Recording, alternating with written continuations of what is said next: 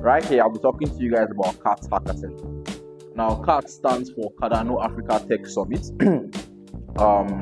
It is funded from the Cardano Treasury. It's the first ever tech summit hosted by Cardano that will be in Africa, and it's happening February 2026 at Nairobi. So the organization in charge or really contracted to host the summit is WADA, and then there's Prisma too, who has the regenerative principles that will be applied during the course of this hackathon. So today I'll be speaking really about ground sensing, and I'll be reviewing field research and finalizing teams. So really, what really is the hackathon all about? Yeah, you might want to ask. So does any of you guys here know what Cardano is about? If you've heard Cardano before, you know what you're familiar with the name, the term. Anyone? Let me see your hand. So no one. Okay, so Cardano is a blockchain like Bitcoin, Ethereum, Solana. So it has its own ecosystem, it has its own stacks, it has its own developers, its own use cases and all of this stuff. So in an aim to expand the ecosystem, they are looking to bring in more people into the Cardano ecosystem. And then one of the easiest ways to do this is to have use cases for their tech. So they want developers like you guys to build use cases using their technology that a regular man, a local man could use for his day-to-day activities. So I could end up going to buy bread mostly using either. That's like the whole idea. And then leading up to the summit, they thought it wise to host regional hackathons, and I think there are about 15 hubs. We are one of 15 hubs. Something like this is going on in 14 other hubs. So at the end of the day, the plan is to pick the 5 best teams, and then they get an all-expense paid trip to Nairobi. And while you are there, you get the chance to pitch the project you've worked on, and you also get the chance to get invited into the Cardano incubator. So they will incubate you for 6 months. They will expose you really to the entirety of the ecosystem. You get to know who is who, what is what. You become their baby, their golden boy. You know how it is now when they're trying to groom someone. So they expose you to lots of opportunities. So really, this is just the first step. And you better ask, how do you apply, or really how does it work? What is the process like? So earlier I mentioned that we'll be using Prisma's regenerative principles, and ground sensing is really the first step. So I told you one of the ways to really grow the ecosystem is to get use cases for the tech that regular people could use. That we onboard more users. So they want you to build something that will be used. And then the easiest way to build such a tech or such a project is to build it to your users from the very first day. So before you write a single line of code, you're expected to go into your community and observe and let your community tell you what to build. That's what the ground sensing phase really is all about. So you're meant to go observe what is happening around you. And then from that observation, you have to draw insights, have to learn from what your community is speaking to you about, and then from those insights, you and your teammates now will draw hypotheses. Like you not think, okay, if we do this, maybe we'll make life better for some people. Maybe we'll make some processes more efficient. Maybe we'll be maximizing the potentials of the youth in this environment. Stuff like that. Maybe we'll be sharing value to all the stakeholders in the environment or in your community. So those hypotheses now, after you've observed the community, and your observations have led you to a hypothesis, then you will now go and interact with your community. Be like, hey, I've observed this, and I think XYZ may be the solution you need, to live better, to make things go more smoothly, to make life more convenient, to make things more efficient, all of those fun stuff. And when you interact with your community now, they will either validate or invalidate your idea. You know how it works. They will either tell you, you might hear things like, okay, that's not their pressing, challenge right now, and maybe they have other things they're worried about. So maybe you will not have to listen to them. if it's a pressing concern for them, you hear it from their voice, their tone. You understand? So you get to really feel as they are feeling, and you get to let them tell you their story. That way, now when you involve them from the process before you even start writing code, you understand? You already have your user base. So while writing the code, right then, after you've validated your idea, you get to outline opportunities. And opportunities really is just how can you share value amongst everybody. What value is being lost? How can you capture that lost value and distribute it, round so everybody is satisfied? What really is the pain point? How can you bring solutions that will make life easier for everybody in the community, like all the stakeholders you've identified? How does it affect them? And then when you've identified your opportunities, then you start building on them.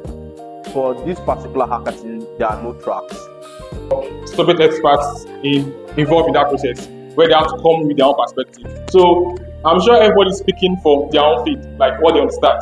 Someone that is speaking from the engineering perspective will say development is a different process. From someone coming from a software perspective like computer science. So we are all writing everything we said. So let's choose on who the winner is. Who was the people that spoke? I think 1, 2, 3, 4. From here, he actually helps me understand. Who?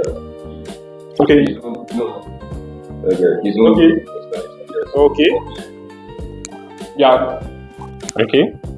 Let's do one by one now, so people raise their hands to vote. So, do I as what you just said now? Do anyone has anything to say? Okay, let's just vote. If we think he provided the best explanation, let's show our hands. Okay, one person. One person. If you think the guy that was here provided the best explanation, let's show our hands. One person. One person. If you think he provided the best explanation, let's show. Sorry, I'm not calling guys name. Sorry, apologize for that. That is unethical. If you think he provided the best explanation, please let's show our hands. 2 people. 3. 3. Okay. Did you show your hand? Okay, 1, 2, 3. Okay, 3 people. Then if you think plus you, did you show your hand? Okay. If you think he provided the best explanation, please let's show our hands.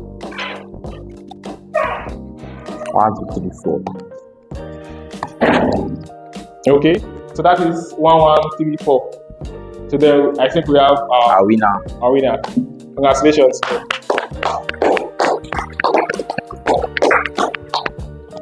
So yeah, that was an awesome exercise. I think after that, because I think it's only one thing. I think I can say like 3 to 4 people that are going to participate. Because some of us are not with. So with this exercise, are we interested in participating in that category? Are we interested? If you know you're not interested, if you know you're not part of that category before, but you're interested now, like let me say show of hands. Okay, interested. Okay. Who else? They're interested also. Okay. Are you part of a team? You're part of a team already. Awesome. No one that provided good explanation. Okay. Who else? Okay, people that are not interested, I want to know why. It will be up to things. Whether you don't understand or you don't have the time. So, we need to give the prize. Obviously,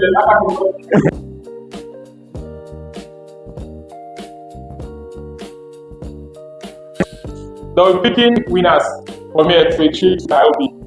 Because this hackathon is an exercise towards the Cardano Africa Tech Summit, the first of the kind.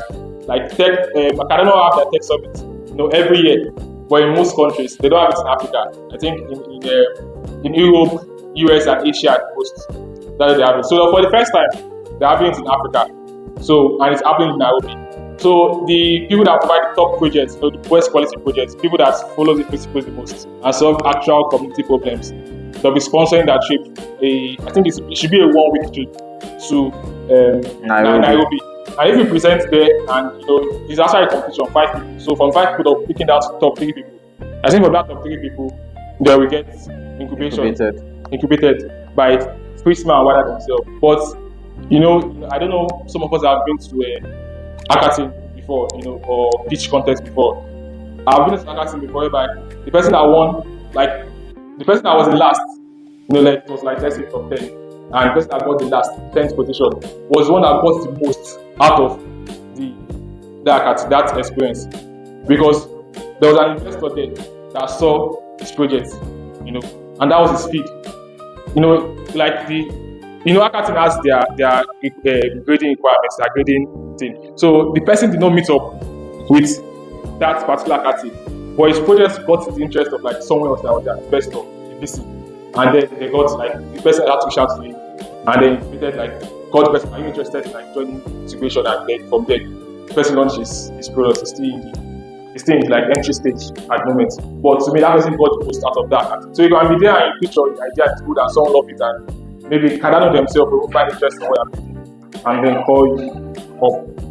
So yeah, that's it for the genetic point. But I'd like to still go through it. Please can you go back to the screen? Okay, let me know boss with academic lecture. So here it is. Most of us have participated in innovation challenges Hackathon before, and the process is like, you think of an idea, or you think of a problem, maybe use ChatGPT, maybe your personal experience, and then you think of a solution, and then you code it. But this regenerative principle is different. You are not to think of a problem in the first place, and also think of an idea and think of a solution. Like, you get everything directly from the stakeholders. And what are stakeholders? Like people that you are building your target audience, your target users for it. You have to get everything from them. All insights you get it from them. And where did the process first start from? First start, like, don't think of anything. Like your head blank. Don't think of anything at all. Go to communities. Go to a segmentation of people. Go to a particular region, and from there, interact with them. Like, get to have a kind of active conversation with them, and from there and what you're looking for is not problems. Don't look for problems, instead, because once you're going for a perspective of a problem, you think of a solution. Let's say, for example, there was a time before health, now that we have new health technology advancement in health, before, when you think of like, okay, I'm having an itchy hand, the solution then before was to cut off the hand. That was the solution then, in the health field before it developed. Before, when there's a particular, issue to maybe a part in your body, the solution there was like to cut it, because that's what they could think of, because they're thinking of the problem and a solution. But due to development, they started coming with more solution. So let me put that in our environment. Now, if you think that okay, there is fire always happening in these places, the best solution is that okay, let's cut off the whole tree. Like let's say, for example, these are dry leaves that is there, so you can easily cause fire during Harmattan. So the best solution is to cut off everything. But what if you think of a solution, whether you create turn here to a garden, bring in water houses, what does it call it? All these garden tap holes that frequently maybe create a solution in software that will frequently be sprinkling that place. Now you're thinking of a potential base now that okay, we have the potential of water, we have the potential of IoT technology that sense the air and timely bring out waters from there. So you're not thinking of a solution and you're not thinking of a problem and a solution, but you're thinking of okay, what are the potentials of these things that I have around me? And that is now where I'm coming from the perspective of Cardano. They're looking for that, okay, go to your community, speak to your community members, get to interact and understand them, and then come from the perspective of okay, what potential do Cardano have in integrating it into this particular interaction we have with them? I think now I'm trying to answer the question of, I don't know what's that question, like how to use Cardano.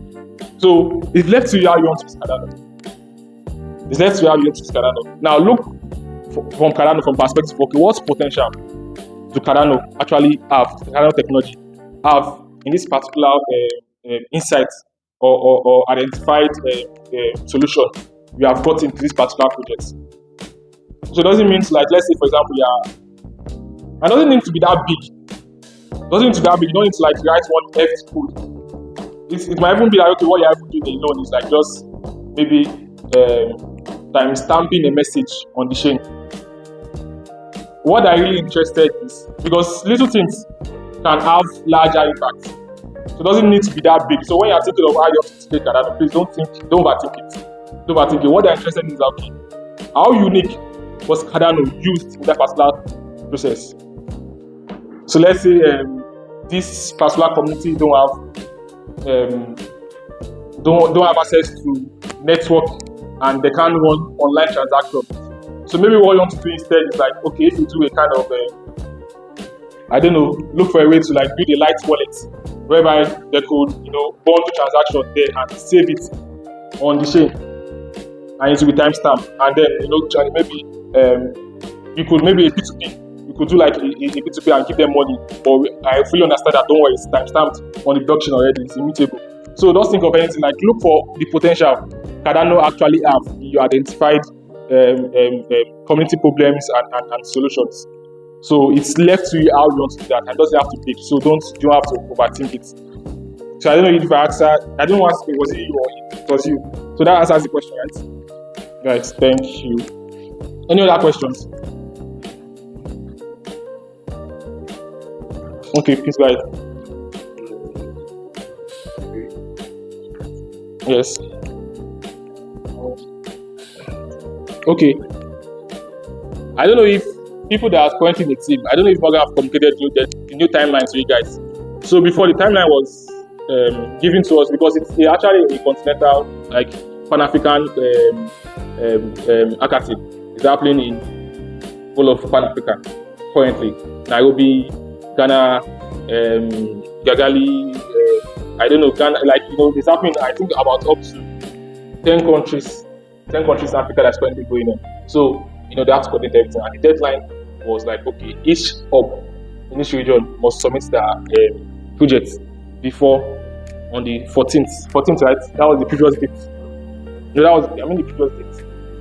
15th of December, that was it. But then, just like now, they are just joining now. So we noticed that people that registered first time was not active. So when we now start the process, that's when some teams were now coming up. Okay, they're interested. So that okay, let's increase the deadline. So the new deadline now is 5th. Okay, 30th December, that's the deadline. The deadline is 30th December. So if you can follow the process and build something before then sure. The registration is ongoing anytime, you can get anytime. So just depends if you can meet up with the final deadline. So the deadline is 30th December. You can check the community. Please, you can just shout to him so you get your contact. Thank you. So is there any other question? You said you were interested too. Yeah? Okay. No other question. Alright. So we can move to the actual business of it. Any questions? Okay. Go ahead. They have 15 ops. No. Okay, these are it. Each hub will host their own hackathon. So, and each hub has the sole right to do whatever. They will just follow the regenerative principles, right? So, particularly our hub now, we host our hackathon, and we are giving local prices. So, but for the people that are going to Nairobi, there are actually only 5 teams, and they are not doing quality. They are doing equity. I don't know if you know the difference between equality and equity. Equality is like everyone has equal rights, no matter what they're bringing or what they do. Everyone has equal rights. So equity is like based on what you bring, like based on what you do. So in our own case now, it's based on your project. So if the whole team, if they all can provide top 5 projects, they'll pick the whole hub from one. They'll pick the whole team from one hub. So it's based on. So if you want to fight, if you want to have a good fighting chance, it means your competitor for the international one, Nairobi one, your competitor is not just the hub. Your competitor is all around Africa. But for the local prices now, your competitor is in the hub. And currently, the hub itself has up to 70 teams at the moment. We have 70 teams because it's an hybrid competition, both online and in person. So, yeah, that. So, now that question, we'll then move to actual business of the day. Do you want to continue?